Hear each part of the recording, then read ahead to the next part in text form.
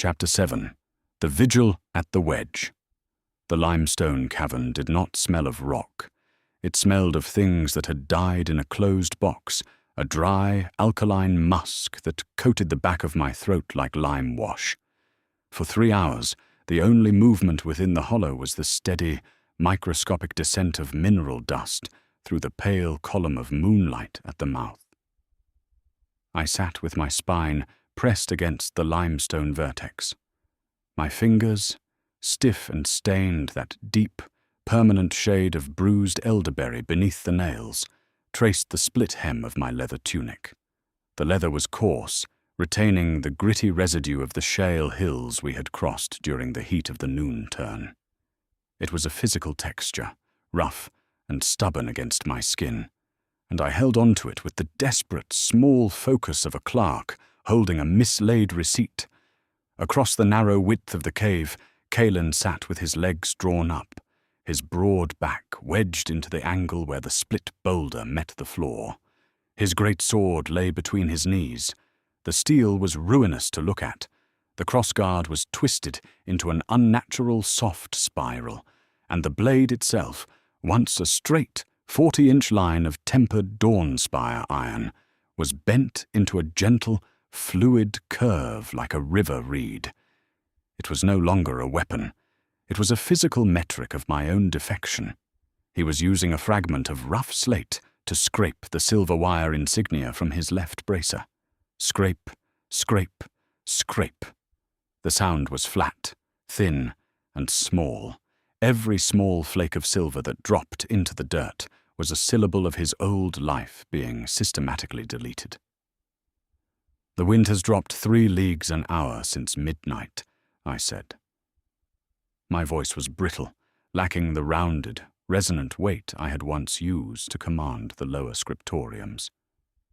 "The dust from the northern pass will have settled by the 3rd watch. If the Tribunal's outriders have any analytical training, they will evaluate the blockage as an artificial structure rather than a natural slide." Kaelen didn't lift his chin. The slate continued its dry, rhythmic bite against the leather. "The outriders are from the 3rd Border Division. They don't analyze, Torin. They report." "A report is an entry," I replied, my mind instantly organizing the data into a 3-column matrix. "An entry requires a verification. If the verification is delayed by 40 minutes, the central ledger at the garrison will flag the variance. We have exactly 2 hours before the sequence forces a correction." Kaelen stopped the slate. The silence that followed was heavy, wet, and smelled faintly of his sweat, the salt and vinegar of a human animal that had run until its lungs were raw. He looked across the dark space between us, his eyes 2 hollow wells beneath the ridge of his brow. "I'm not a ledger entry, Torin," he said, his voice dangerously level. "And neither was Joran." "Joran was a soldier of the Radiant Tribunal," I said, though my tongue felt thick, like a piece of salted meat that had been left in the sun. "He was bound by an oath to an administrative structure that has already failed its balance. If he had returned to the garrison, his information would have prolonged the stagnation of the lower provinces by another season. His unmaking was—" "Do not say necessary," Kaelen interrupted. He stood up, his joints popping with a sharp, dry click that seemed to echo too loudly against the smooth limestone walls. He didn't draw his ruined sword. He merely stood over me, his massive frame blotting out the pale triangle of moonlight at the cave mouth. "A man who says necessary, while his hands are covered in his friend's blood, is either a monster or a madman. Which one are you tonight, High Cleric?" I wanted to reach out. I wanted my left hand, the hand that still felt the cold, human sting of the bone shards embedded in the palm, to take his leather sleeve. I wanted to tell him about Cyrus. I wanted to prove that I still remembered the boy's name, that I still possessed the ledger of my own childhood, that my mother's house had 3 windows facing the southern orchards. But when I reached for the memory of the orchards, the perspective shifted. The apple trees didn't have leaves. They had perfectly square, bronze leaves that turned on tiny, silent pins. The fruit was not red. It was a series of polished weights that dropped from the branches according to a strict mathematical schedule that had nothing to do with the seasons. "The fruit is fuel," the patron whispered. The transition was not a sound. It was a sudden, freezing column of air that opened up directly through the center of my chest, driving the alkaline smell of the cave out of my lungs. The atmosphere inside the overhang grew thick, pressing against my eardrums until Kaelen's breathing sounded distant, muffled by a mile of grey water. The scent of sun-baked stone vanished, instantly replaced by the cloying, suffocating sweetness of white lilies left to rot in an iron tub, accompanied by that sharp, artificial hum of static electricity that turned my skin into a field of needles. "The soldier is an anomaly," the patron chanted from the back of my mind, its frequency rising until it vibrated behind my teeth like a serrated knife scraping a copper plate. "He carries the old geometry in his spine. He seeks to maintain the friction because he thinks the friction is holy. Look at his structural lines, Torin. See where the oath has rusted the bone." I stood up. My legs didn't wobble. They moved with a terrifying, weightless precision, my knees locking into perfect, plumb-line verticals. I looked at Kaelen, but my human eyes were no longer recording his face. Superimposed over his features was a shifting latticework of iridescent purple vectors. I could see the golden threads of his old vows, thin, fragile lines of code that bound his heart to a city that had already been deleted from the grand design. The entire cavern had lost its physical dimensions. The irregular limestone walls were gone, replaced by massive, perfectly smooth steps of black obsidian that rose at impossible 90-degree angles into a sky filled with dead, unmoving stars. "The calculation is already complete, Kaelen," I said. My voice was a harmony of two distinct tones, one high and human, the other deep, resonant, and entirely dead. "You are arguing with a column that has already been balanced. The law you serve is not a shield. It is a temporary margin designed to keep you from seeing the unmaking. Move away from the mouth." "Torin, stop," Elara's voice hissed from the shadows near the back of the cave. She didn't drop her packs. She was already moving toward the exit, her body a low, panicked silhouette that stayed close to the floor. "Kaelen, get back! The air around his hands is turning blue." Kaelen did not move aside. He reached out, his calloused right hand closing over my left shoulder, with a desperate, crushing force that should have broken my collarbone. The contact was an intense shock of human heat. He smelled of copper, old leather, and the sour vinegar of fear. And for a split second, the circuit frayed. My human mind screamed from its dark corner, trying to force my fingers to drop the analytical arrogance that was isolating me from the earth. "He is friction," the patron insisted, a sudden hot current of wildfire flooding my chest. "Shatter the variable." My right hand moved before my will could form a wall. I did not strike him. My fingers simply flattened against the air between us, twisting as if grasping an invisible screw. The golden threads running through Kaelen's armor didn't just tear, they unwound. The steel plates on his shoulders softened upon contact with the aura of ozone around my body, the iron structure melting into a dark, viscous liquid that poured down his tunic like boiled oil. The raw, liquid purple fire flowed from my palm, not as a blast, but as a clean, vertical line that cut through the limestone floor beneath his boots. The solid stone didn't crumble. It split along perfect, cubic fracture lines. A 10-foot section of the cavern floor dropped 3 inches with a loud, rhythmic thud, sending Kaelen stumbling backward into the dirt as the terrain itself groaned and buckled beneath his weight. "Torin!" he roared, his voice cracking with an absolute heartbroken fury as he clutched at his ruined chestpiece. But I was already moving past him, my feet gliding over the liquefied stone with a weightless, terrifying momentum. The world outside the cave mouth had completely unraveled. The rugged canyon wash was gone. It was mapped out in thousands of intersecting purple vectors that projected a cold, mathematical grid across the entire basin. A mile ahead, through the grey dawn mist, the secondary watchtower of the Radiant Tribunal stood upon the ridge. To my human eyes, it was a simple stone cylinder with a copper lantern at the peak.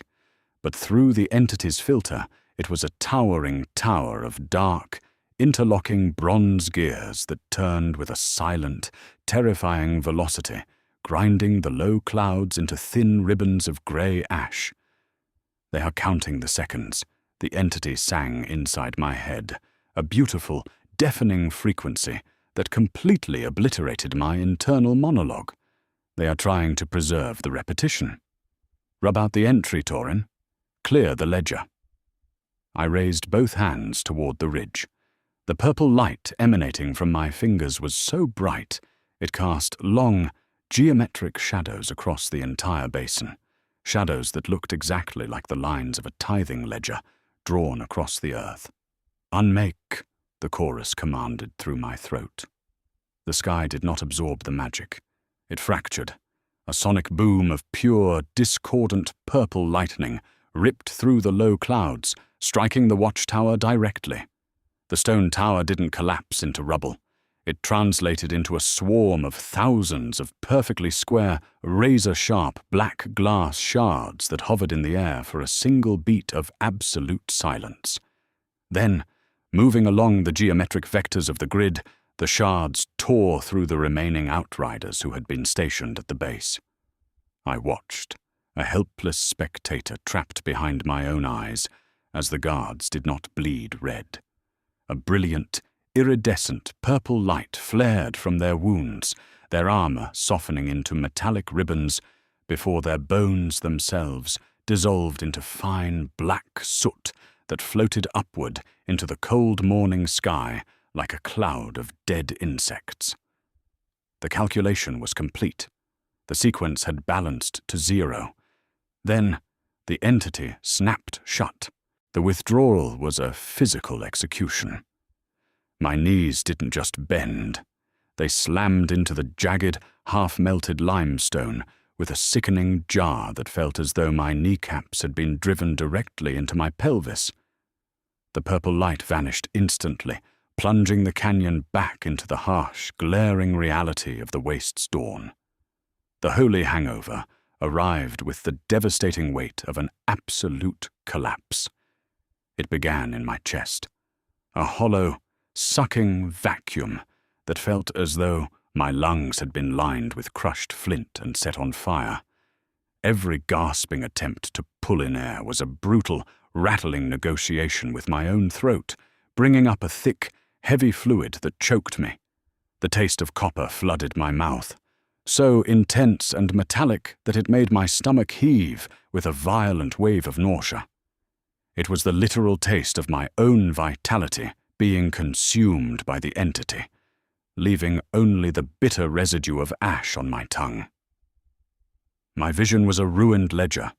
The entire center of my field of view was replaced by a roaring, chaotic mass of black and grey static, leaving only the dark, blurry margins of the canyon walls visible.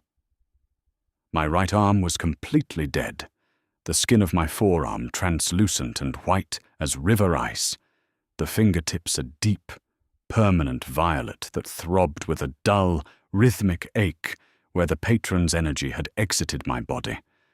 I rolled onto my side in the dirt, curling my knees toward my chest in a desperate attempt to contain the shivering that threatened to shake my teeth loose from my skull. A cold, greasy sweat broke out across my forehead, despite the rising heat of the desert sun. I felt shrunken, hollowed out, a pathetic, leaking vessel that had dared to hold the ocean. Torin. The sound of boots scrambling over the loose shale was slow, hesitant, and heavy. I lay in the muck, unable to lift my head as Kaelen's shadow finally fell over me. He was covered in grey soot and the black oil of his melted armor, his silver-woven tunic torn at the shoulder. But he was alive. He dropped to his knees beside me, his large hands hesitating for a fraction of a second before gripping my shoulders with a desperate, trembling force. "Look at me, Torin! Talk to me!" His voice cracked, raw with a terrifying mixture of anger and panic.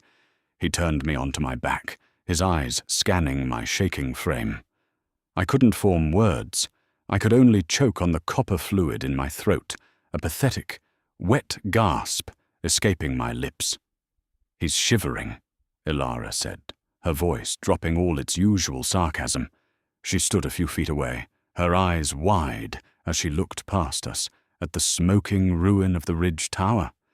The merchant family from the day before had abandoned their remaining wagons, and the canyon floor was littered with the black soot of the unmade outriders. She looked down at me, her fingers still resting on her blades, but her posture was rigid with an uncharacteristic horror. "Kaelen, look at his eyes. The pupils. They aren't round anymore. They're like fractures." "Shut up, Elara! Help me get him upright!" Kaelen snapped, hauling my upper body off the stones. The movement triggered a blinding spike of vertigo that map-shifted the entire canyon, causing the limestone walls to tilt violently on their axis. I clutched at Kaelen's leather bracer, my fingers weak and trembling like an old man's. The familiar smell of his sweat and old leather tried to anchor me, but the sweet, rotting scent of lilies still hovered in my nostrils, a persistent reminder of the parasite coiled in my mind. I'm here," I finally rasped, the words feeling like shards of glass cutting my throat. I wiped my mouth with the back of my hand, leaving a dark smudge of copper-flavored blood on my pale skin. "Kaelen, I didn't want to strike you." Kaelen didn't answer immediately. He helped me lean against a high boulder, his movements efficient, but entirely devoid of the warmth he had shown just an hour prior. He stood up, stepping back a pace, his hand resting heavily on the pommel of his sword. His face was a mask of cold, hard stone. "You didn't strike me, Torin," he said, his voice flat, dangerously quiet. "But you destroyed that tower. You turned 4 men into ash. If you hadn't pulled that fire away at the last second, you would have killed Elara too." "The entity," I began, my intellectual voice failing me, leaving me sounding small and desperate. It saw a pattern. It argued that the tower was a metric. It was trying to break the sequence. "I don't care about the sequence!" Kaelen roared, the sudden explosion of his voice causing my throbbing head to spike with agony. He stepped closer, leaning down until his eyes were inches from mine. "I care about men. I care about the vows we took to protect the innocent. You fused armor into a bandit's chest yesterday, Torin. Today you burn provisions and dissolve soldiers. That isn't a perspective shift. That is madness." I looked away from him, unable to bear the absolute rightness of his fury. He was completely correct. From any sane, human framework, my actions were those of a monster. The entity's logic was an icy, mathematical geometry that had no room for individual suffering or mercy. It only saw the macrocosm, the grand design that required total unmaking before anything new could grow. "Maybe," I whispered, the words slipping past my bloodied teeth before my intellect could halt them. "Maybe the old framework is the monster, Kaelen. Maybe everything we think is good is just the rust that keeps the world from turning." Kaelen recoiled as if he had been stung, his expression shifting from anger to a profound, hollow grief. "That is the god speaking, Torin. Not you." "He is wrong," the patron chanted from the darkness of my skull, its voice a low, comforting vibration that actually eased the pain in my temples. "It is you. You are the one who opened the door. You are the one who saw that the cage was small. He is just a prisoner who has grown to love his chains." "We need to move," Elara interrupted, her voice sharp as she pointed toward the ridge. "The smoke from that watchtower is going to draw every border patrol within 10 leagues. If we stay here debating theology, we'll all be balancing the tribunal's books from inside a dungeon." Kaelen stared at me for 3 more agonizing seconds, his hand still hovering over his blade. I could see the internal struggle in the rigid line of his jaw. He was a man of oaths, and he had sworn to follow me. But I had just broken the very foundation of the law he lived by. For a terrifying moment, I truly believed he was going to draw his steel and end the tragedy right there. Part of me, the old Torin, the cleric who loved order, wanted him to do it. Instead, he turned his back on me, grabbing his pack from the dirt. "Get up, Torin," he said, his voice completely devoid of emotion. "We head into the lower canyon. If your patron can leave you your legs, I suggest you use them." I forced my trembling limbs to cooperate, dragging myself up, using the boulder for support. My joints popped, and a wave of nausea nearly forced me back to my knees. But I stood. I reached into my bag, my fingers brushing against the cold leather of the Chronicle of Oaths. It felt like dead weight now, inert and silent, its temporary hunger satisfied by the destruction of the watchtower. We walked into the deepening shadows of the lower canyon in absolute silence. The sun began to slip behind the jagged shale peaks, casting long, distorted shadows that seemed to point toward the abyssal gate ahead. I looked at Kaelen's broad back, then at Elara sliding through the brush to our right, and a terrible, suffocating realization settled into my chest. I wasn't their leader anymore. I was a disease they were carrying, a ticking mechanism of cosmic chaos that they couldn't abandon and couldn't cure. The taste of copper remained on my tongue, thick and permanent, a reminder that every step forward on this path was paid for with a piece of my own soul. The gorge narrowed as the last vestiges of daylight bled from the sky. The walls of towering limestone rose precipitously on either side, blocking out the stars and trapping us in a dark, humid corridor that smelled intensely of stagnant water and cold iron. The heat of the day had vanished, replaced by a sudden, unnatural draft that chilled the sweat-soaked fabric of my traveling leathers. Every step was an exercise in pure mechanical discipline. My muscles, still recovering from the violent convulsions of the Holy Hangover, throbbed with a rhythmic, dull ache that seemed to align with the pulsing of my veins. My mind was analytical enough to recognize the symptoms of physical exhaustion, but the spark required to change my condition was missing. I was functioning on momentum alone, a clockwork soldier running down the last turns of its spring. Ahead of us, Elara stopped suddenly, raising a hand. Her silhouette was barely visible against the dark mouth of a cavern that branched off from the main path. "The canyon floor opens up into a dry basin about a mile ahead," she said, her voice dropping to a harsh whisper. "But there's a tribunal watchtower perched right on the lip. If they have a lantern lit, they'll spot us the moment we break cover. We need to stay in the shadows of this cave until the moon passes behind the ridge." Kaelen nodded once, a brief, silent gesture of agreement. He didn't look at me as he unbuckled his pack and lowered it carefully to the stone floor. His silence was heavier than the stone walls around us, a dense, unyielding wall of disapproval that made the air feel thin. "I will take the first watch," Kaelen said to Elara, his voice carefully controlled, flat and professional. "You rest. We move the moment the shadow hits the basin." "And him?" Elara asked, tilting her chin toward me. She sat cross-legged against the cave wall, her daggers resting across her knees. Her amber eyes gleamed in the darkness, watching me with that same predatory curiosity that had defined her since we left Dawnspire. Is he going to sleep, or is he going to have another revelation? "Torin will remain here," Kaelen said, still refusing to look in my direction.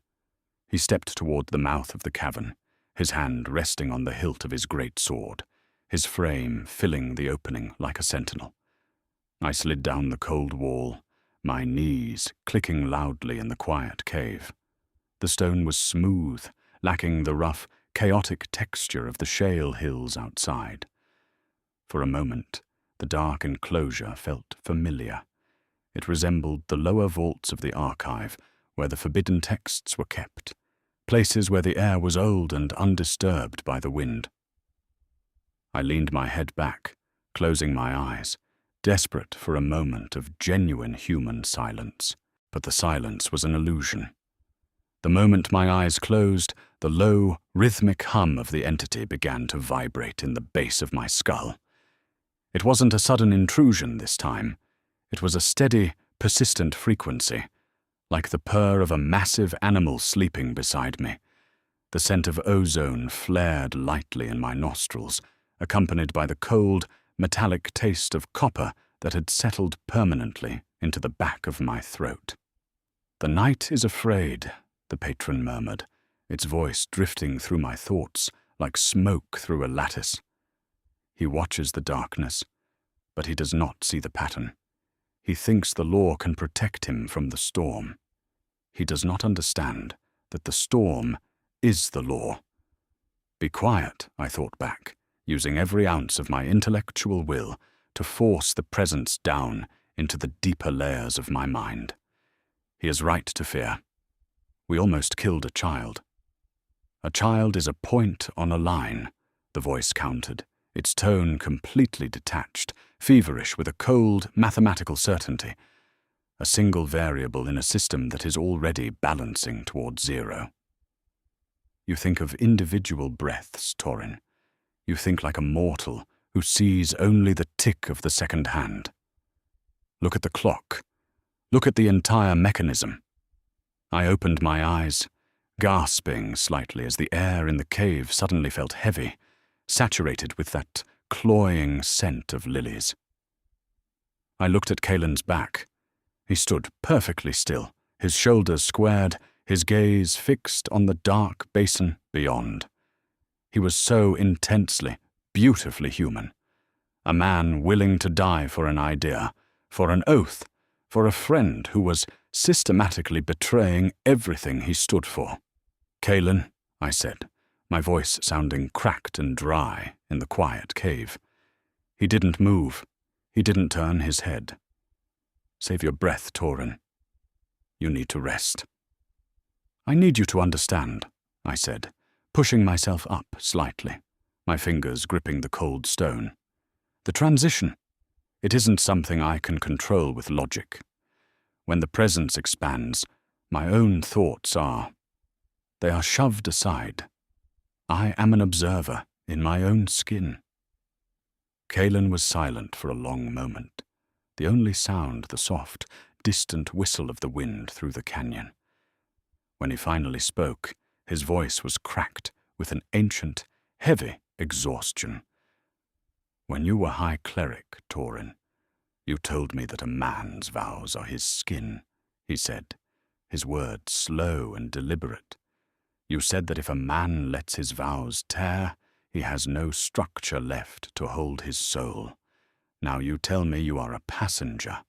You tell me a monster is wearing your skin, and you expect me to just follow you into the dark."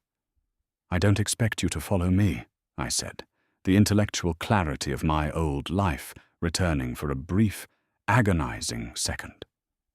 "I am telling you that the structure we built in Dawnspire was already dead. The entity, It is showing me the rust, Kaelen. It is showing me that the law is just a cage we built because we were terrified of the sky.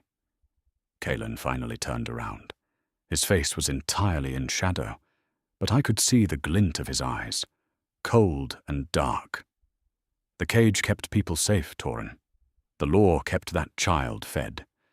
If your new world requires us to burn the grain and liquefy the earth, then your new world is a slaughterhouse.